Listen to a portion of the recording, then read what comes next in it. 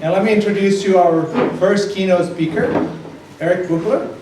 He came all the way from Hong Kong to share his story about building the right foundation for business agility. Let's see this one.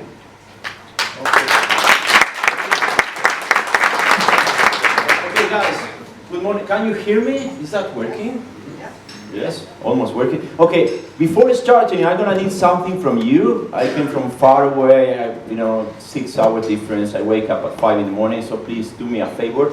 Let's everyone stand up, but the speakers can stay there. Yes, okay. Everyone stand up.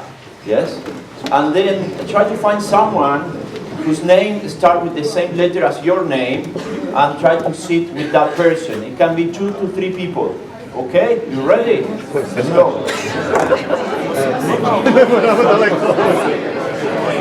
So, try to find someone whose name starts with the same letter as yours.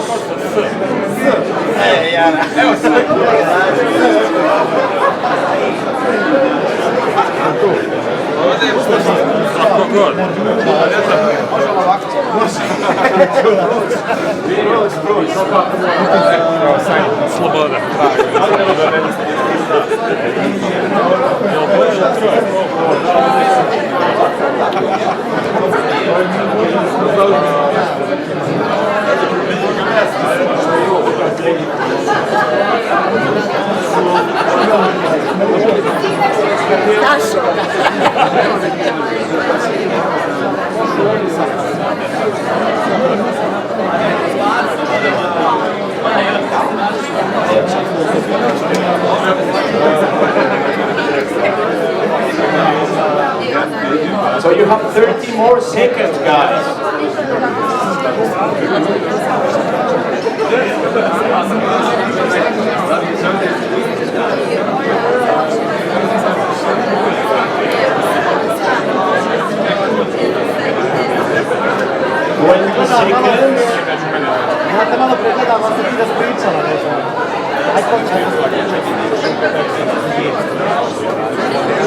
You almost there?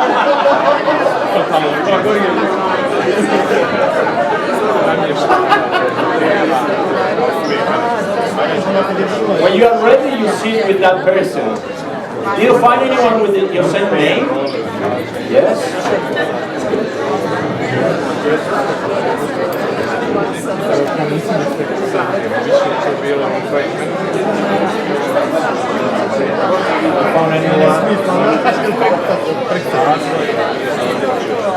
So hopefully with this you're not going to fall asleep after my presentation, right? And then you meet cool people. Are we ready to go? Yes? Okay, let's go. The reason why you came here is not just to socialize, right? It's just to learn something new and to meet new people. So let's start today about the right foundation for business agility. I promise that you are going to need the person close to you for something we are going to do later on in a few minutes. Okay?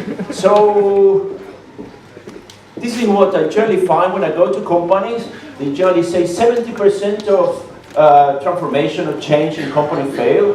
This is McKinsey. You can believe there or not, but that's a number. And then what I see everywhere is that people generally repeat that number everywhere. 70% of transformation fail, company fail. And then I was wondering, what does fail means, right? Does it mean that you didn't achieve what you expected? That means that you spend more money than the one you originally expected? That means that it took longer? So sometimes it's not very clear. When we talk about failing, it's not very clear. So the thing I generally found that people always blame someone. They blame management. Oh, management didn't support us. Then they blame, for example, leadership. Oh, there is no leadership in this company. And at the end of the day, every time I just try to check the market, there are more agile coaches, there are more Scrum Masters, and then nobody knows what's happening there. It's like a kind of dark magic, right? Oh, 70% happened, but we don't know why, but it still happened, right? How many developers do I have here? Just raise your hand. Okay, give me a 2 if you are coach or Scrum Master. Okay, a 3 for managers. 5 for the rest. I don't know what you are, guys. I don't know, you're in the wrong conference today. So the second description we got here is a little more accurate. This is from State of Agile, survey 2018. It says 92% of programs fail to generate the capability to adapt to market conditions. It sounds better, right? Because when we are talking about capability, it means that we try to build something, to build a company that try to adapt to the markets. And this is so much accurate, and it's so much better. And I was wondering why this kind of thing happened. And I go and talk to people, and I said, guys, what do you know about change, right? And then I found that many people do not really know how changing mindset, how changing people works. They don't know perhaps about frameworks, and try to change or help with change is different than managing a software product. And unfortunately, we are wired to think that there is a connection between software product and change, and it's completely different, right? And what I find is that people generally are not prepared. When I go and ask guys, what do you know about change? How many change framework you know, right? And they have no idea, right? So imagine you take a rugby team and you send the rugby team to a World Cup, a football World Cup, right? And then you take the football team and you send it to the rugby World Cup. What's going to happen? Right? It's going to end up like Malta and Spain a few years ago, which was, I think, 12-1. Right? I don't know if you remember. So most people have skills about software development, but they do not many skills related to change. And we have been researching for a long time. We have a lot of frameworks that generally help with change, accelerate change. Sometimes it's very frustrating, but we have them, we can do it better. And I think this is a window today for you guys to learn more about how to change people's mindset, how to help with that, which is the hard part, right? And then I'm going to tell you my story, so you're going to see how painful it was, and you're going to be able to understand what skills you need, right? So most people think I'm from Spain, but in fact I'm from Uruguay. I'm Uruguayan. I grew up in Uruguay. My family was Spanish, but I grew up in Uruguay. And then every time I say Uruguay, people confuse Uruguay with Paraguay. Yeah? So they don't know very well where they are until we start talking about football. When we say Uruguay, Diego Forlán or with Suarez, or if you like football, we start talking about football. People know about that, right? And every country has something important.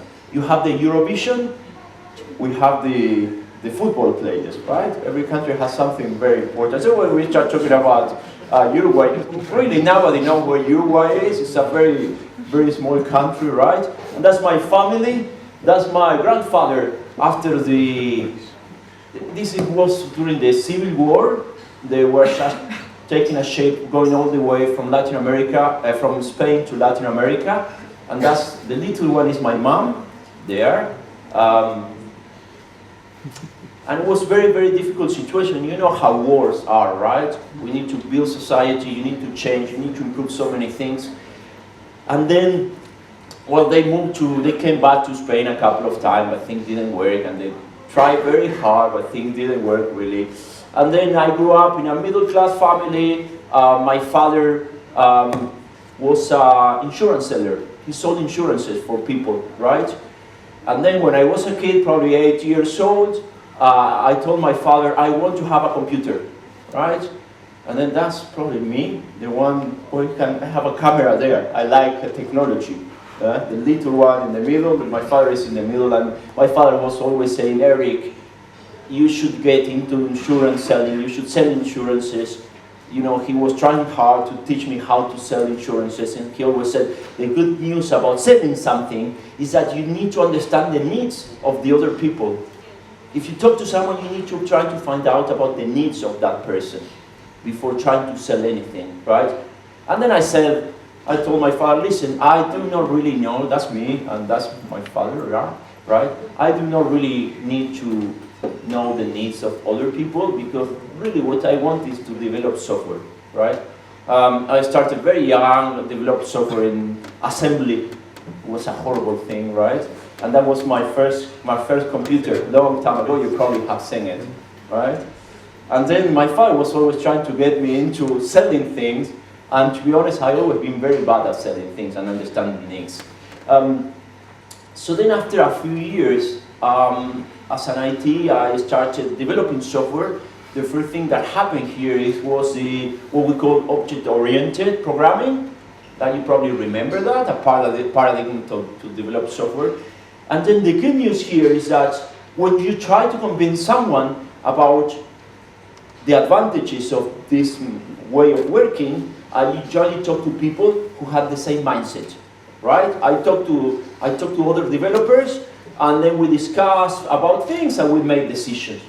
It was pretty straightforward to convince someone, as they had exactly your same mindset, right? And that was long time ago. That's a picture of me. I don't know why I look that happy. Yeah. With such a big books, right? That's in my room long time ago. And yeah, yes, a bad picture, right? And then from there, we jump into something we call extreme programming, right? So what happened here, there was a change. There was a guy, Kent Beck, created a framework to develop software, and he started saying that if you want to do something, especially in software, you have to follow certain principles, right? And then you need to start understanding how people and psychology works. So if you want to have a hyper-productive team, you need to understand how people work, right? And that was a key turning point that started changing how we do software, right? And then that's me in London. Long time I lived in London for 7 years. And my first interview, I was a standard developer in a company. Then my company closed, and I was desperately to find a job. So I went to an interview in a company, and the guy there said, Eric, we are using a new way of developing software so teams here can self-organize and then can decide what they do. And the previous person I interviewed, he just stood up and left. He said, this is crazy. And to be honest, I badly needed the job, so I said, oh my God, how great idea this is, right? I love it. And then I got the job, and I learned so many things. I started learning about how teams, or which things the teams need. I learned so many things at that point in England, was around 2000 and something. I learned, for example, how to dry clothes in England, which is a main skill if you want to live in a country like that. But the most important thing is that we started learning how certain patterns work with people, and we started seeing that any change you want to do in a company, you have three kinds of people. The first one is what we call committed employees. That are the people when you come with an idea and say, oh my God, this is great, we're going to go in that direction, I love it. We have a second type of people which are called uncommitted employees. This is the people that initially they don't want to do it, but as long as you know which need they are trying to fulfill, you help them, you find a way for them to feel motivated, they move from the uncommitted employees to the committed employees, right? This is what we started learning about team dynamics. And then we have what we call disconnected employees, right? Disconnected employees are people that whatever you do, they are not going to support you, right? And they never move from disconnected employees to any of the other areas, unfortunately. With uncommitted employees, for example, if you just, perhaps this guy wants to learn some new skills, perhaps this person wants to go in some direction, and then they are going to be committed employees. And we started discovering that in teams, we need to identify which kind of people we got. And in some company, when we go for change, we need to make sure we have the right people, right? And this is the first thing we learned about teams long time ago. And we started learning about dynamics, how teams work, right? And this is very important because software is a social activity, from my perspective. And then from here came Scrum. Everyone knows Scrum and Kanban, yes? So we started understanding what means flow in a company, what means business value. We didn't know what business value was. we started talking about values. If you want to do something, guys, we know how teams work, we need certain values, right? If there are no values in place, it's very difficult for people to know in which direction you go, right? If you don't know where to go, any direction is going to take you there, right? And this is how we work. That's why we need good values. And then we started learning that neuroscience of change could help us. And there is a guy called David Rock that came up with, this is, I don't know if you can read it, but it says status. We discovered that if suddenly you have a person in the company, you change the status, you move that person to somewhere else where the person feels that they have less status, then that person is going to undermine your project or whatever you are doing, right? If you tell people that they have to do it, they're going to be motivated for a short time. People have to find their motivations. This is something we learned with the Scrum, right? We discovered that if people do not know in which direction they go, they're probably going to become very demotivated. That's why when we try to change something, we have a vision, we have a mission, and we try to tell people what to do. We talk about autonomy, right? This is something very interesting. In some countries, they believe that autonomy works in other countries, but not in their country, right? We ran an experiment in Latin America a few years ago, where we had a company in some specific Latin American country where people believed that in that specific country, people had to follow orders.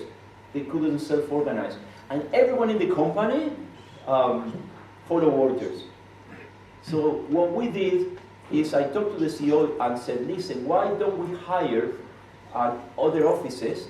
We hire new people and we tell to those new people that in this company, everyone's self-organized. Right? We lie them.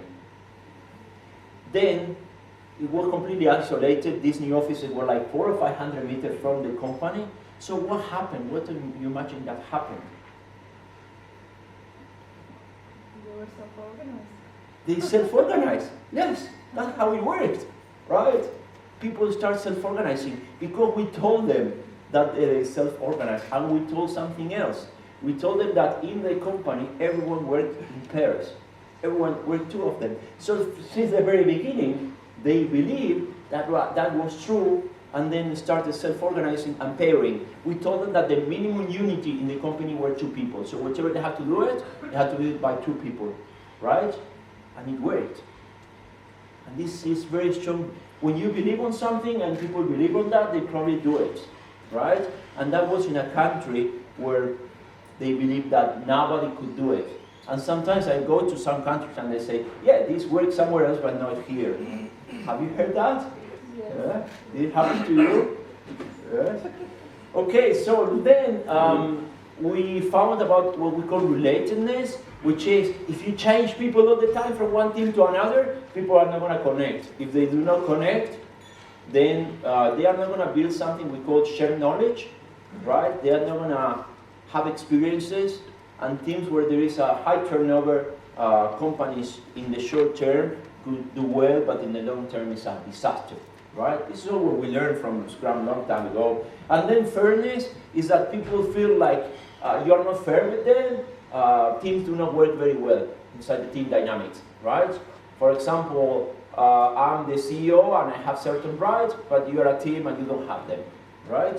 And then people do not work very well. And this is something we discovered a long time ago. This is from a guy called David Rock. He's specialized in neuroscience of change. And he said, if you pay attention to these 5 things, then teams are going to work better. And this is where we start moving, guys, from one area to another, right? Instead of, if we want to develop a product, develop software, we started seeing that it's not enough just to know about the product. We need to know more. We need to know about change. We need to know about psychology, etc. Right? Around here, we started coming in the right direction. Then there were a couple of guys, probably know, in 2000. Then came up with some values and principles. And what they said is, if you want to change the mindset of someone, you need at least to have certain values, certain principles, right? And then we started learning more about sociology, psychology, etc. And let me stop here just for a second. I want just to make sure everyone understands what Agile is before going ahead. So the first important thing, this is like 3 circles. When we're talking about Agile, we are talking about these 3 circles, right? The one on the left is that you are building the right thing, right? You are building something for someone, but you know that someone, right? The circle on your right is building the thing right, which means that if you are building something, right? For example, whatever it is, if it is software, if it is a bridge or whatever, you have to have certain techniques that allow it to be sustainable, right? And then the one on the bottom is building at the right speed, right? If you do it very slow, it doesn't work, right? So what happens if some companies should have 2 of them? If they build the right thing, but they build, for example, we are building the thing right with all the infrastructure, but they do it very slow. They don't do it with the right speed. They lose the market's opportunities, right? Does it make sense? So if you just have the intersection between the one on the left and the one in the right, it means that you don't have the right speed, right? Are you following me? Yes. Yeah? Okay, so if you have building the thing right, you do it in the right way with the right speed, but you disconnect from the client, you're going to have a limited customer focus, right? And then what happens is, if you are building the right thing and very quick, you're going to have poor quality, right? Does it make sense? Yes, I'm going too fast. So agility is in the middle, the little thing in the middle. This is what agility means, right? So when we do these kind of things, then companies are always asking, okay, Eric, how do I measure it? So what we generally do is we take these circles and we create different way of measurement for each of these circles. For example, if we are in the circle of the left-hand side, building the right thing, how you know? You can evaluate client happiness, you can have the net promoter score, and you can have all the things. If you are checking if you are building the right thing, then you say, okay, defects or bugs, rework, you know, something, if I do something, then if it's not the right thing, how long it's going to take me? What's what we call rework after that. And then if we are talking about building the right speed, we check, for example, organizational health, right? If you build something and you go too fast, people are going to burn out. So they're going to be tired and they're not going to be able to, in some way, to do it right. And this is what we call agility, right? We have to take these 3 things in mind. Then from here, you can go wherever you want, right? But then from here, we discovered that when you have a company, then many companies just focus on IT teams. But if you have a team, you have to consider the whole company as a team, right? So if you optimize just the IT team, but do not optimize what we call the value stream, from the beginning, from someone comes up with an idea until you deliver that, and you optimize just one little area of the company, then that's not going to work very well, right? It's like if you go to the supermarket, have you ever happened to you, you rush to the supermarket, you know, in the car, you walk there, you take so many bags, and then you have to come back really slow because you bought so many things, right? So even if you rush in the very beginning, then it's going to take you longer, right? And this is the thing, whenever you are doing something in a company, you have to inspect from beginning to end. And this is when we started talking about enterprise agility, which is optimizing the whole, improving the whole company, right? From beginning to end. Now, the problem with enterprise agility is that it requires a lot of knowledge, right? And the reason why it requires a lot of knowledge is because you need a lot of psychology, sociology, you need to know how things work, you need to see how different mindsets work, right? If you're talking to someone from one area, it's going to have a different mindset than someone from another area. How you talk to the people, how they talk between them, so they are not going to increase resistance, right? And how you make it work. So when you look for a company, you shouldn't just work in one little area of the company. You should take a look at everything, the whole thing, right? And this is the most important thing. And the reason why we do that nowadays, you probably know what VUCA means, which means that we have a lot of volatility in the market. Things are changing all the time, right? we have a lot of uncertainty. We don't know what's happening in a few weeks, and people have to be familiar with this and feel comfortable. And this is very important, right? We have a lot of complexity. Things are very complex nowadays, and sometimes we can't establish a relationship between what we did first and which, what is impacting that. And then ambiguity. Sometimes we are not going to know in which direction we're going or what's going to happen next, right? So enterprise agility try to help with this, try to help with the constant market changes, and especially we have many techniques that try to help accelerating change adoption. If we need to change all the time, in general, people are not prepared for that. Our brains are not prepared for constant changes, right? So we need to make sure that that happens. I talk about agility today, yes? But if you take a look, the more you move on the right, the more you need different knowledge than IT, right? Does it make sense? Yes? Are you following the idea? So you're going to need about psychology, you're going to need about leadership, you're going to need to know how teams work, you're going to need to know how to have a proper vision for the company to guide them in a certain direction, etc. So things start moving outside IT or outside product knowledge, just in order to be successful, right? And this is my definition for enterprise agility, which is the capacity of the organization to adapt to the new market conditions. But the important thing here is the one at the bottom, organizational health. Whatever you do has to be sustainable. If you do something that is not sustainable, it doesn't make any sense because you ruin people's lives, and then the company, you probably meet a couple of people who say, oh, I don't feel very comfortable about working in this company, right? That's a kind of polite way of saying what they generally say, right? And this is very, very important. So whatever you do has to be sustainable. I wanted to talk to you about my theory about enterprise agility. So basically, this is like a birthday cake, all right? But not too much sugar. Oh my God, guys. Here, I went for a couple of desserts here, and you become very hyperactive after. So at the top, we have what we call technical agility, right? Technical agility means you're talking about DevOps, we are talking about testing, DevOps, Scrum, whatever related to teams, to technical part, right? This is the first type of agility. If I say agility, many people think of that, right? The second type of agility we have is what we have in enterprise agility, structural agility, which is the possibility for this company basically to change the procedures in the company, right? And when we say changing the procedures, we are talking about changing something, but people feel comfortable with that. And in here, in general, what we do is we help people to decide, all of them, to change those procedures.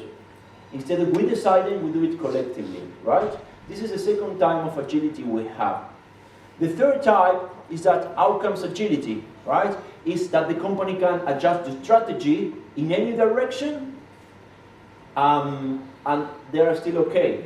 So for example, think of YouTube, right? You know YouTube, right? And then you are in China, that I've been in China a few weeks ago, that they don't know what YouTube or Gmail or Google Maps is, probably know here. So YouTube, probably you don't know, but many of you know that they started as a dating website, right?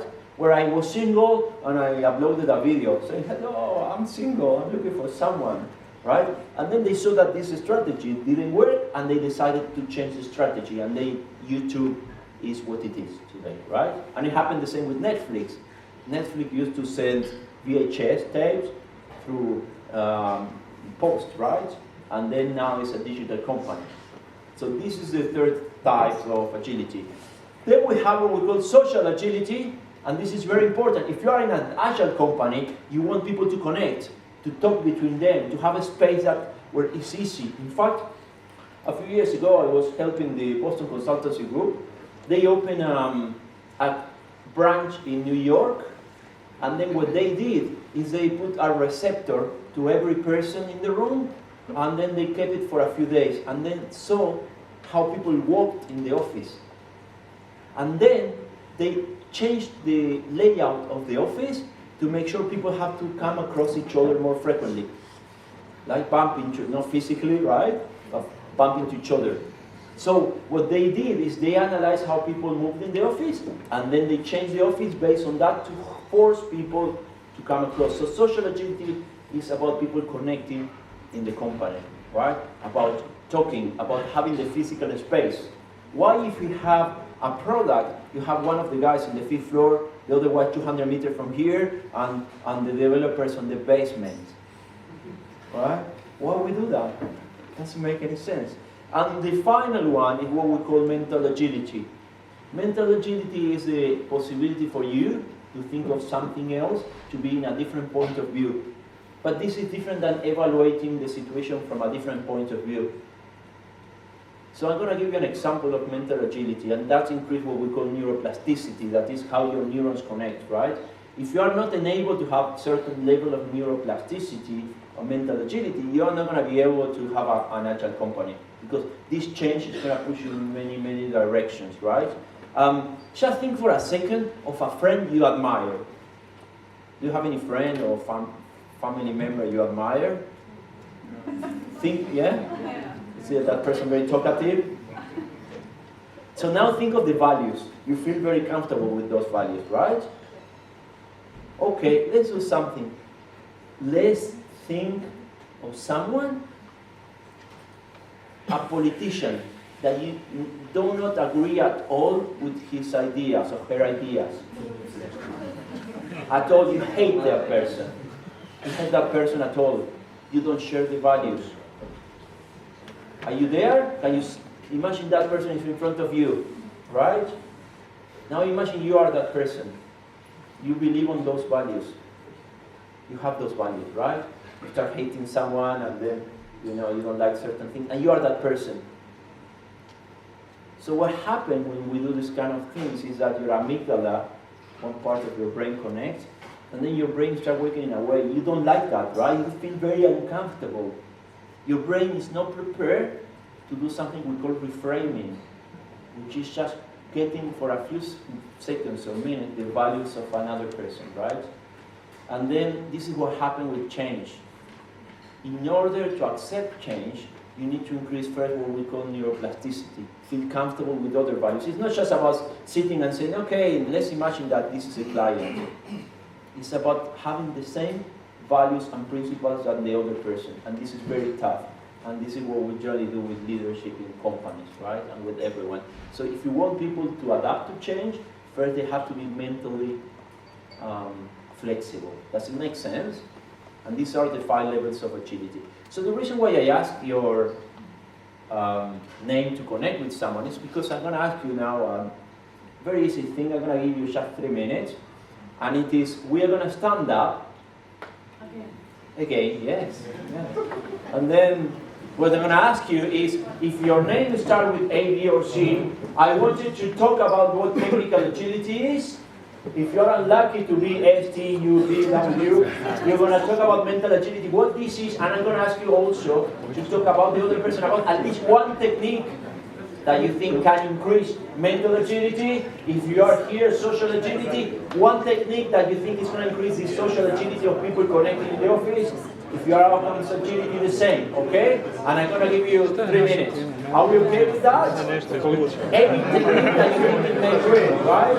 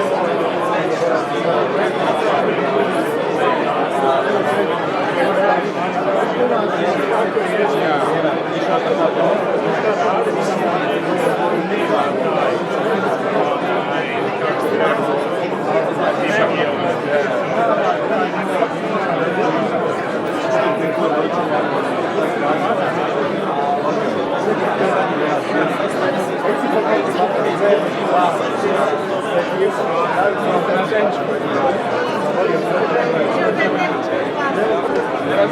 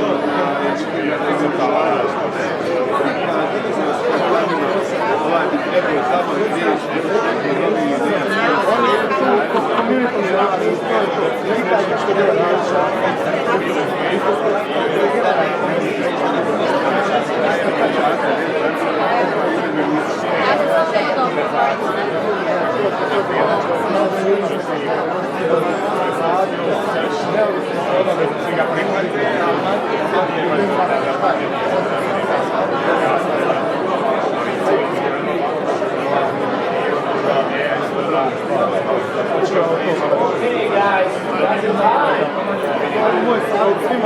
the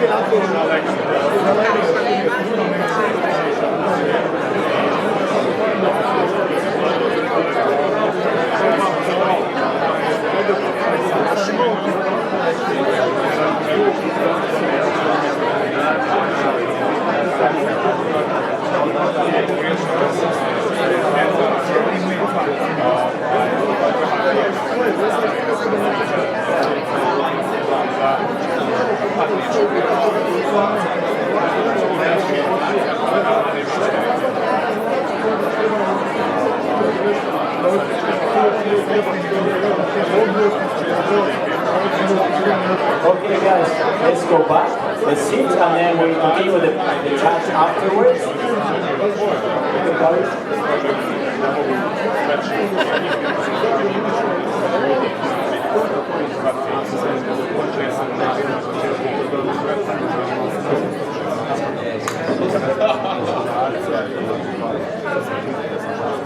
How was that?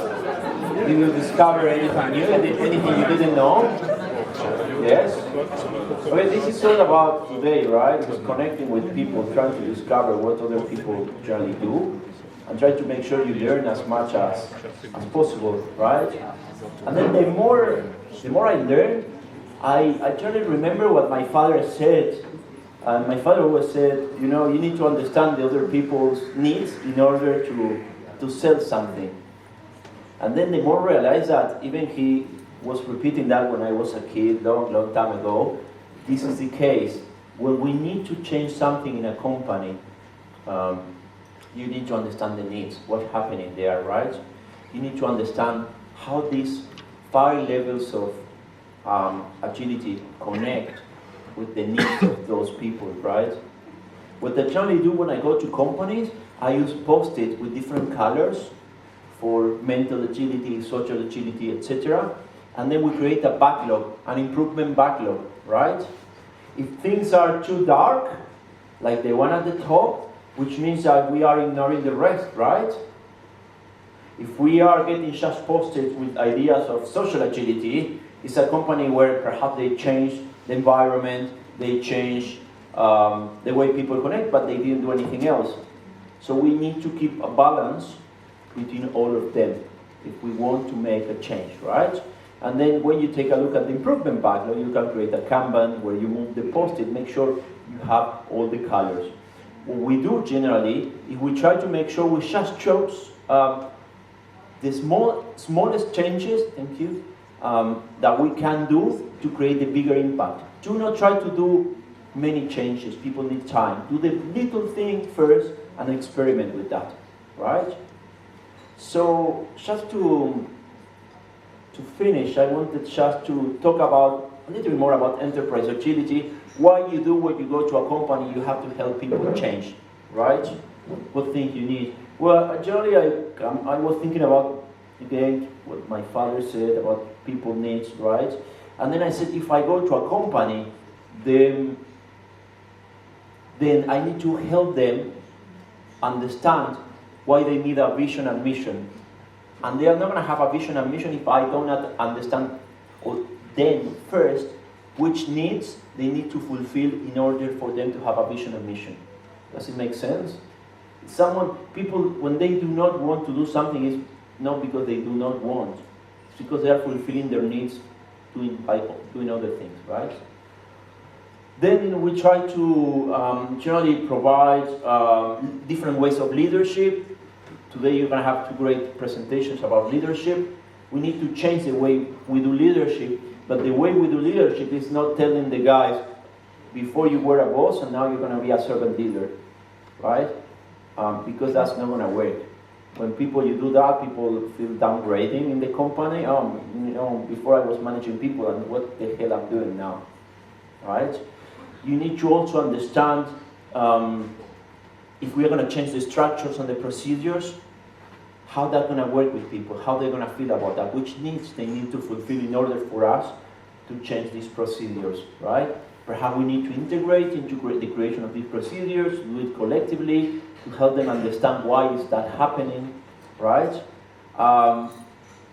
If you are going to do Agile, you know now you need to build the right thing, the right speed, and you need to make sure also that you do the things right? Whatever you do has to be right, has to be sustainable. We have 8 things, I promise you're not going to get bored. Then we need to make sure that we decrease complexity in the company. If we have long procedure, how we do that? But this is not that easy. People, sometimes with complexity, they feel comfortable about that complexity. They feel they add value. If you reduce something, perhaps people feel they add less value. So how we help people to understand that, right? We also need to make sure we build communities in companies, communities of whatever, for people to connect, to do the same thing you did today. You need to connect between you. So in the company you need to build, people need to feel they are learning something, they are connecting with other people. We can use communities of practice, etc. If you want to do something, we also need to think of budgeting also, right? Doesn't make any sense if you want to change your company, but then you allow money for the whole year and you don't change that, right? You need perhaps to use continuous inspection of this budgeting. Perhaps teams can decide how much money they need for the next sprint based if they are successful or not. And they have to convince the rest of the company, right? If you don't change the way you allocate money in the company, that's not going to work, right? And finally, we have seen that people is easier to change when they have the right physical space. We have done a lot of research, and then in certain environments, people connect better and they are willing to change, right? Do not overestimate the power of changing the physical space. But it's not just about the physical space. And this is the 8 things you generally need to consider the needs for people to have change or to change in that direction, guys. And just what I said, people do not have serious skills about change. Just make sure that you start learning, start thinking that when you need to adapt a company, consider the 5 types of agility. Start thinking, do I always think of one type of agility, or can I think of more, right? If you want to consider a competitive advantage, consider the area of to improve and measure it, and use the different colors to see which areas you are changing or you want to change, and then make sure that whatever you do is sustainable, right? Sustainable means that people feel comfortable. I always say, if you give a team a deadline and it's very tight, this is not self-organization, this is slavery, right? So you need to make sure that you understand the needs of people and why if you want them to go in some direction, what needs you need to fulfill, how do you need to help them in order for them to go in that direction. Thank you very much, guys, for having me today. Hope you learned something new. Today we